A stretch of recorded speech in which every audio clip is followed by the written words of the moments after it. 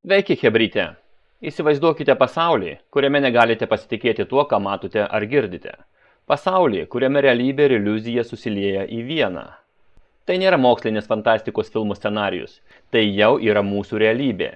Ir jos vardas Deepfake. Deepfake – tai dirbtinio intelekto technologija, kuri leidžia sukurti itin realistiškus, bet netikrus vaizdo ir garso įrašus. Ši technologija gali priversti bet kurį žmogų sakyti ar daryti dalykus, kurių jie niekada nedarė. Sukurti veidus žmonių, kurie niekada neegzistavo. Ir net perkelti vieno žmogaus veidą ant kito kūno.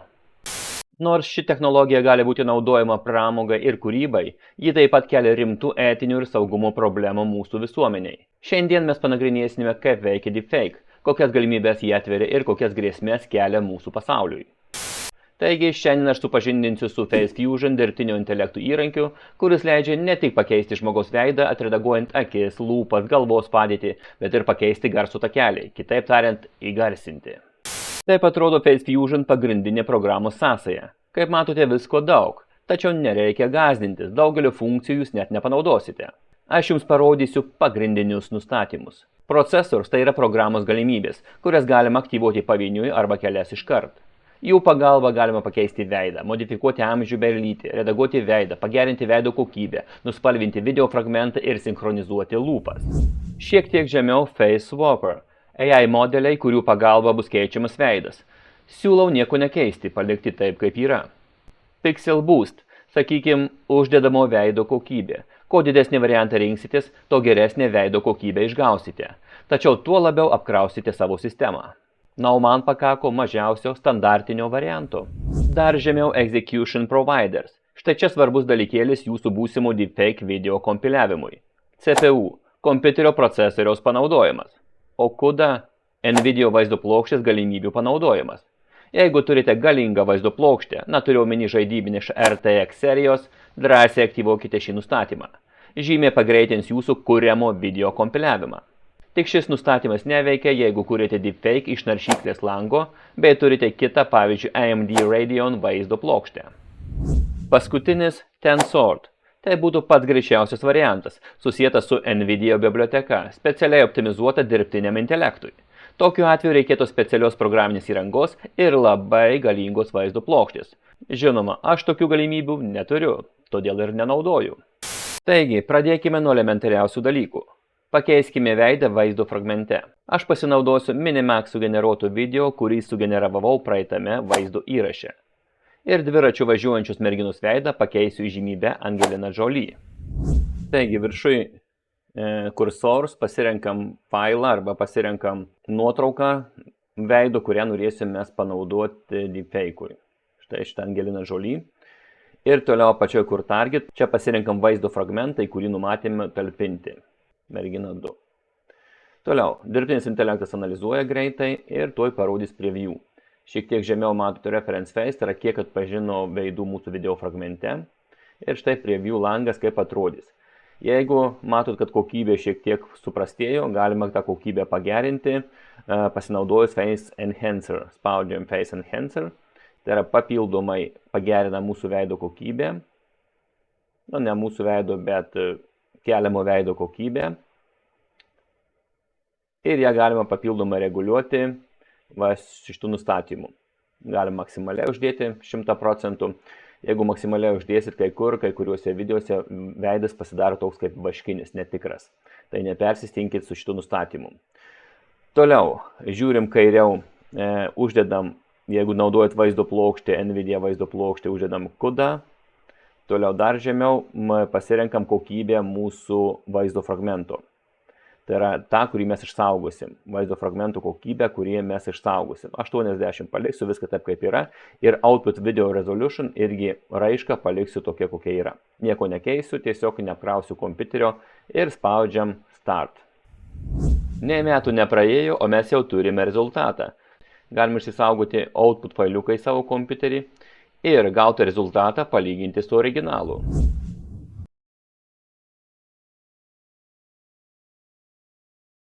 Kaip matote, pakankamai neblogai, net neįmanoma atskirti, kur yra originalas, o kur fejkas.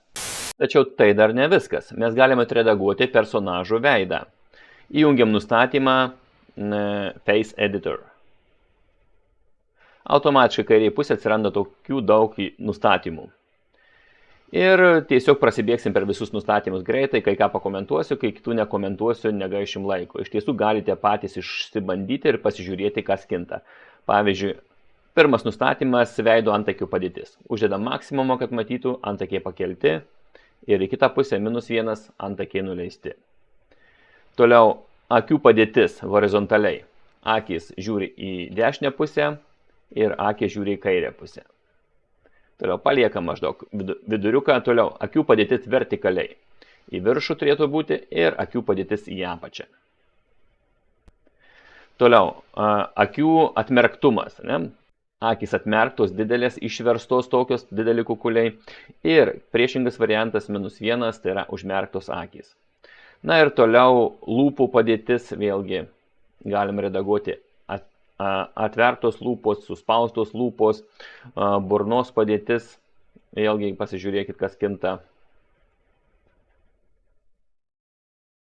Dar burnos padėčių burnos. Dar smile šypsena, labai plati šypsena, nusivylusi gyvenimu. Padėtis horizontaliai burnos, štai į kairę, į dešinę pusę, vertikaliai padėtis į viršų žemyn. Galvos pakelimas, nuleidimas galvos, toliau pasukimas į vieną pusę, pasukimas į kitą pusę galvos ir paskutinis pakreipimas į kairę, į dešinę. Tai tokie nustatymai, kuriuos galima redaguoti papildomai veidui. Na ir toliau norėčiau parodyti keletą pavyzdžių, ką man pavyko atlikti su savo veidu. Hey, just relax, amigo. You want to talk? We'll talk. I'm a sucker for good conversation. Hey, just relax, amigo. You want to talk? We'll talk. I'm a sucker for good conversation. Hi, I'm looking for Ray Finkel. And a clean pair of shorts. Hi, I'm looking for Ray Finkel. And a clean pair of shorts. Tačiau ne viskas taip sklandžiai ir gražiai pavyksta. Šį fragmentą žiūrėkite iki galo. I'm ready to go in, coach. Just give me a chance. I know there's a lot riding on it, but it's all psychological. Just got to stay in a positive frame of mind. I'm going to execute a button hook pattern super slow-mo.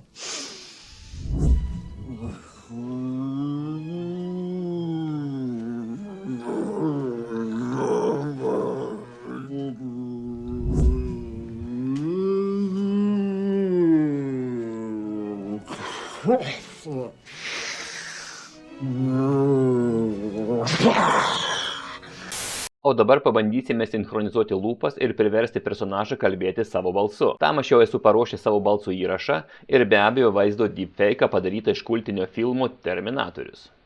Taigi, programoje Face Fusion aktyvuojam Lip Syncer ir kursors įkeliam garso takelį. Štai toks mano garso takelis. Atsiprašau, čia rūkyti draudžiama, eikite į tualetą.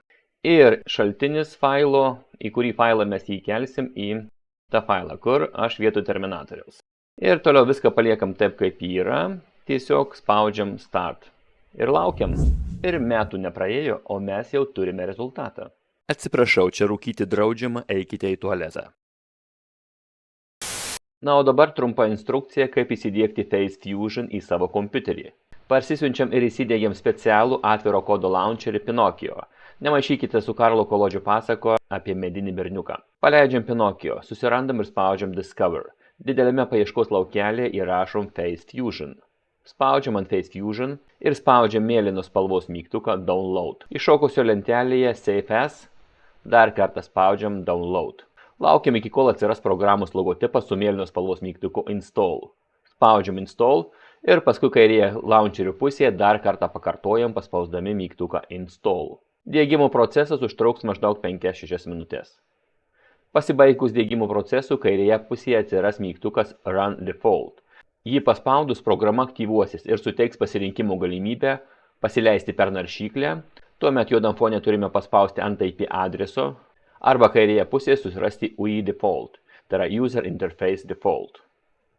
Spaudžiam ant vieno iš pasirinkimo ir mėgaujamės. Taigi, o dabar apžvelkime deepfake panaudojimo galimybės. Išskirčiau tokias 4 pagrindinės kategorijas – pramogų industrija, švietimas, medicina, rinkodara ir reklama. Panaudojimas pramogų industrijoje – tai galimybė kurti filmus be aktorių, mirusių aktorių atgaivinimas filmuose, balsų dubliavimas bet kuria pasaulio kalba, istorinių asmenybių atgaivinimas muziejuose. Panaudojimas švietime. Deepfake pagalba gali būti sukurti interaktyvūs istoriniai personažai, sukurtos personalizuotas mokymosi programos, virtualūs mokytojai kalbantis įvairiomis pasaulio kalbomis, istorinių įvykių rekonstrukcijos. Panaudojimas rinkodaroje. Tai labiau personalizuotos reklamos, virtualūs influenceriai, daugiakalbė reklama su tuo pačiu aktoriumi, produktų demonstracijos. Panaudojimas medicinoje. Tai virtualių pacientų panaudojimas mokymui, įvairių terapijų simulacijos ir medicininių procedūrų vizualizacijos. Išskirčiau pagrindinės deepfake grėsmės. Asmeninis, politinis, finansinis, saugumo ir socialinis. Politinis – tai netikrų politinių pareiškimų kūrimas, rinkimų manipuliacijos, politinių oponentų diskreditavimas ir melagingų naujienų sklaida. Asmeninis – reputacijos sugadinimas, šantažas ir persekiojimas, tapatybės vagystė, asmeninio gyvenimo pažeidimai. Finansinis – sukčiavimas, apgaulingi verslo susitarimai, netikri finansiniai pranešimai, investicijų manipuliacija, saugumo, biometrinės apsaugos apėjimas, slaptažodžių ir saugumo sistemų apgavimas, karinė dezinformacija, korporatyvinis špionažas. Socialinis – realybės suvokimo iškraipimas, pasitikėjimo visuomenėje mažėjimas, socialinių konfliktų kurstymas, visuomenės polarizacija. Apsaugos priemonės nuo deepfake. Išskirčiau 3 pagrindinės priemonės – technologinės, teisinės ir švietimas. Technologinės – deepfake atpažinimo programos, skaitmeninių turinių žymėjimas, blockchain autentifikavimas, biometrinė verifikacija. Teisinės – įstatymų griežtinimas, tarptautinis reguliavimas, atsakomybės nustatymas, privatumo apsauga. Švietimas – visuomenės informavimas, medijų raštingumas, kritinis mąstymas ir technologijų supratimas. Tai tiek šiam kartui. Jeigu patiko video, paremkite riebiu laiku, lavinkite savo vingius ir iki.